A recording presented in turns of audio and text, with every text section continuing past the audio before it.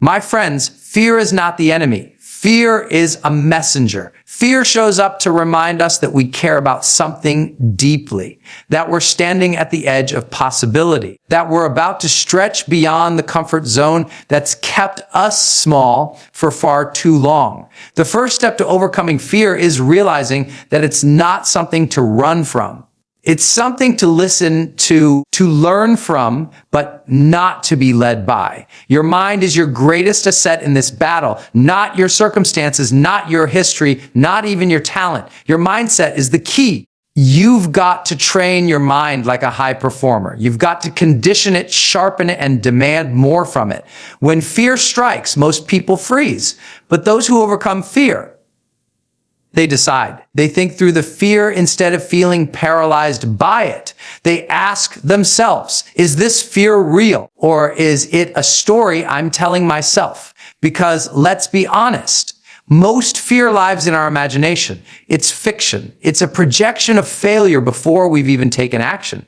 But the mind, when it's disciplined, becomes your ally. It learns to interrupt those negative loops. It learns to insert new thoughts, powerful thoughts, courageous thoughts, the kind of thoughts that say, even if I fail, I grow. Even if I stumble, I rise. Even if I'm afraid, I go anyway. You don't overcome fear by waiting for confidence. You generate confidence. You build it like a muscle. You step forward even when your knees are shaking. You speak up even when your voice trembles. That's how the mind starts to trust itself. That's how you become someone who faces life with a sense of personal power. And you need that power because the life you want, it exists on the other side of fear. Every breakthrough you desire, every dream that keeps you up at night, every next level of your life requires you to think beyond fear, to outsmart it, to see it as a companion on the journey, not a barrier on the path. High performers use their mind not to avoid fear,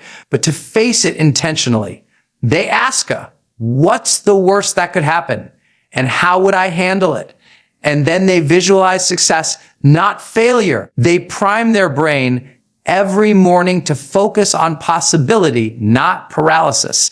You've got to do the same. You've got to direct your thoughts. You've got to choose what meaning you assign to discomfort. You've got to remember your brain is a tool, not a prison. And when you take back control of your thoughts, fear loses its grip because now you're the one in charge. Fear is a messenger, not the enemy. That simple truth is often misunderstood, and as a result, many people live their lives in avoidance, avoiding challenges, avoiding growth, avoiding the very things that could elevate their lives. When fear shows up, the natural instinct is to run, hide, or procrastinate. But the truth is, fear isn't there to destroy us. It's there to communicate something deeper. It's there to say, you care about this? It's there to remind you that you're alive, that you're stepping into territory where the outcome matters. That moment before a big decision, that tension before you speak up, that hesitation before you leap. That's not weakness. That's proof that you're on the edge of something meaningful. When you begin to view fear as a messenger, everything shifts. You no longer treat it as a threat, but as a guide. Instead of shrinking back, you become curious. You start to ask yourself, what is this fear trying to tell me? Is it alerting me to a real danger? Or is it simply a signal that I'm about to grow? In many cases, fear shows up not because you're in danger, but because you're about to do something outside your comfort zone. That discomfort is not the signal to stop. It's the invitation to rise. Fear is also a signpost of purpose. Think about it, we don't fear the things we don't care about. If you feel afraid before a performance, a speech, a decision, it's because that moment matters to you. It's because it connects to your identity, your dreams, your desire to make an impact. The presence of fear reveals the presence of meaning. And when you learn to interpret fear as such, it becomes fuel, not a force that holds you back. But to reach that level of awareness, you have to slow down and become intentional. Most people react to fear without thinking. They feel the discomfort and immediately assume something is wrong. They assume they're not ready, not good enough, not smart enough. But fear doesn't mean you're inadequate. It means you're human. It means you're in motion. It means you're in the arena. And the moment you embrace that, you begin to use fear as feedback. You start to work with it, not against it. The most successful fooled people in the world of fear. They just don't let it become their master. They've learned to decode it. They ask what it's pointing to, and then they move through it with clarity and intention. They've trained themselves to say, this fear I'm feeling, it's because I'm about to do something meaningful. It's because I'm expanding. It's because I'm alive to possibility. That reframe changes everything. You stop fearing fear and you start learning from it. You start honoring it as the message that says, you're on the path. Keep going. Your mindset is your greatest asset. It is the foundation upon which every action, decision, and habit is built. The way you think, how you interpret events, how you talk to yourself, how you see challenges, ultimately determines the quality of your life. When fear enters the equation, it is your mindset that either amplifies it or transforms it. Two people can face the same fear, but their mindset will dictate their reaction. One person sees fear as a signal to retreat, while the other sees it as an opportunity to grow. The difference isn't in the fear itself, it's in the way the mind has been trained to respond to it. A strong mindset doesn't mean you don't feel fear. It means you've developed the mental habits to rise above it. It means you've conditioned your thoughts to focus on solutions, on strength, on potential. This kind of mental training doesn't happen by accident. It requires intentional effort. Just like the body is sculpted through consistent physical exercise, the mind is shaped by what you feed it daily. If you constantly tell yourself you're not good enough, that you'll fail, that you should wait until the perfect moment, you're programming your brain to accept limitation as truth. But when you begin to challenge those thoughts, when you start installing beliefs like, I am capable, I can handle this, I grow through discomfort, you begin to rewire your brain to serve you rather than sabotage you. The biggest breakthroughs in life come not from outside circumstances, but from internal shifts. And those shifts begin with mindset. You don't need more resources, more luck, or more connections as much as you need more belief in your ability to figure things out. That belief is a mindset. It's a choice to approach life with ownership rather than helplessness. People who overcome fear don't do it because they have no doubts. They do it because they've trained their minds to act anyway. They've made the decision that fear won't dictate their future. One of the most powerful aspects of mindset is self-talk. The conversations you have with yourself when no one else is listening determine your level of courage. Do you talk yourself out of your dreams, or do you remind yourself of your strengths? Do you focus on what could go wrong, or do you focus on what could go right? The internal dialogue you engage in every day either builds a resilient mind or a fragile one, and fear feeds on fragility. It thrives in minds that lack direction. But when your mindset is grounded in clarity, confidence, and courage, fear loses its power. Ultimately, your mind is either a weapon for your growth or a wall blocking your progress. The good news is you get to decide. You get to choose the thoughts you dwell on, the beliefs you reinforce, and the meanings you assign to fear. And when you take control of your mindset, you take control of your destiny. Fear may knock, but it no longer gets to lead, because your strongest asset, your mind, is now leading the way. Most fear is fiction. It's a story created in the mind, not a reflection of reality.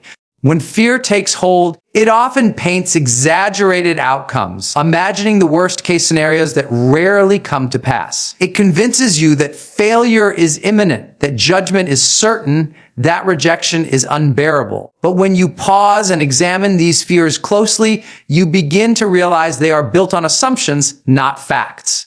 They are mental projections, often rooted in past experiences, societal conditioning, or unresolved insecurities. And yet, these stories hold people back every day, not because they're true, but because they are believed. The human brain is wired for survival, not success. It's designed to detect threats, to keep you safe, to steer you away from risk. But in the modern world, most threats aren't physical. They're emotional, psychological, or social. The fear of embarrassment, of failure, of being seen trying and not succeeding. These are the new tigers we run from. And unless we become conscious of the stories we're telling ourselves, we will keep reacting as if those fears are life or death, even when they're not. That's why mental awareness is so powerful. The moment you step back and question your fear, you take away its authority. Every time fear shows up, it comes with a narrative. You're not ready. You'll fail. They'll laugh at you. This isn't the right time. These aren't facts, they're scripts. And just like any script, they can be rewritten. You can challenge the logic behind them. You can ask yourself, what evidence do I actually have that this fear will come true? What's more likely to happen if I take this step? What am I making this mean about me? By interrogating fear, you expose it for what it often is. A mental movie with no basis in your current reality. People with a growth mindset understand this deeply. They know fear is part of the process, but they also know that it's usually a false alarm. They've learned to interrupt the loop. Instead of letting fear dictate the story, they redirect it. They install new narratives. They say, this feeling is uncomfortable, but it's not a sign to stop. It's a sign I'm stretching. They use logic, reflection, and perspective to ground themselves. Because when you shine the light of awareness on fear, its power begins to fade. You can train your mind to recognize the difference between real danger and imagined fear. And most of the time, what you're facing is not a crisis. It's a challenge. It's a stretch zone. It's an invitation to rise. But the first step is realizing that fear is just a thought, and thoughts can change. They can be replaced with clarity, intention, and courage. You can choose new language, new focus, and new meaning. When you take back that power, fear becomes smaller, quieter, less convincing, because it's not rooted in truth. It's rooted in the stories you've outgrown. Confidence is generated through action. Too many people wait to feel ready before they take the leap, speak up, or pursue what matters most to them. They think confidence is something you either have or don't have, as if it's a personality trait rather than a skill. But confidence isn't gifted. It's earned. It is the byproduct of movement, of motion, of showing up again and again, even when you're afraid. It grows every time you push through hesitation and act in the presence of fear. You don't need to feel certain to take the first step. In fact, that first step almost always feels uncertain. That's exactly why it matters. Most people misunderstand the confidence-fear dynamic. They assume that courage comes after they feel secure, after they've mastered the skill, after the risk is gone. But the truth is, the only way to build confidence is to do the thing before you feel completely ready. You take the step, your heart races, your hands shake, your mind doubts, and you do it anyway. That doing is what rewires the brain. It sends the message that you can handle discomfort, that you can be scared and still move forward, that you're not controlled by fear. You're driven by intention. Confidence doesn't require perfection. In fact, it thrives in imperfection. It grows when you stumble and realize you survived. It expands when you try and things don't go as planned, and yet you keep going. Every experience becomes a reference point, proof that you are capable of figuring it out. That's what builds the kind of self-trust that's unshakable, not flawless execution, but repeated effort. And the more you act in alignment with your values, despite the fear, the more your identity shifts. You begin to see yourself not as someone who hesitates, but as someone who shows up. Waiting for confidence is just another form of procrastination. It feels responsible. It feels smart, but it's actually fear in disguise. It's the brain trying to delay discomfort by convincing you that more preparation will remove the risk, but risk never disappears. It's part of the journey. And those who lead their lives with impact, those who chase bold visions, those who influence others, they didn't wait for permission from their emotions. They acted, and through that action, they became the kind of people who can handle more. You can't think your way into confidence. You must live your way into it. That means speaking up in rooms where you feel out of place. That means applying for the role, even if you're not sure you're qualified, saying yes to the opportunity before yourself doubt talks you out of it. The repetition of courageous acts becomes the muscle memory of confidence. And over time, the very things that once terrified you become the spaces where you thrive. Because you prove to yourself, not in theory, but in action, that you're capable, resilient, and worthy of the life you're creating. Fear lives at the edge of growth. It stands as the final gatekeeper between who are and who you are becoming. The presence of fear is not a stop sign. It is a signal that you are stepping into unfamiliar territory, the place where real progress happens. Every meaningful transformation, whether it's personal, professional, emotional, or spiritual, will be met with resistance. That resistance often shows up as fear. But the mistake most people make is interpreting that fear as a reason to turn back, to wait, or to shrink. The truth is, the bigger the dream, the greater the discomfort. That discomfort is not there to defeat you. It's there to shape you. Growth doesn't happen in comfort zones. Nothing about staying the same requires courage. Nothing about repeating the same patterns stretches your capacity. But the moment you lean into something new, when you commit to leveling up your life, your relationships, your career, you'll feel that internal tension. That tension is growth calling your name. It's the test of how much you want the next level. And if you push through that threshold, if you move into the space where fear exists, you unlock a new dimension of strength, clarity, and confidence that you didn't even know was possible. Most people spend their lives trying to avoid fear, not realizing they're also avoiding their future. They want change, but they resist the emotional weight that comes with it. They want breakthroughs, but they don't want the breakdowns often precede them. What they don't see is that fear is the bridge to the next version of themselves. Every breakthrough you've ever had, every moment where you felt alive, proud, empowered, was preceded by fear. You had to walk through uncertainty. You had to take the risk. You had to act even though you didn't know how it would turn out. That's how growth works. It asks for your faith before it delivers your reward. The people who create extraordinary results in life aren't fearless. They've just accepted that fear is part of the path. They've learned to associate fear with progress. When they feel afraid, they don't shrink, they lean in. They understand that fear is simply the nervous system adapting to a new level of responsibility, visibility, or purpose. And instead of interpreting that as danger, they interpret it as transformation.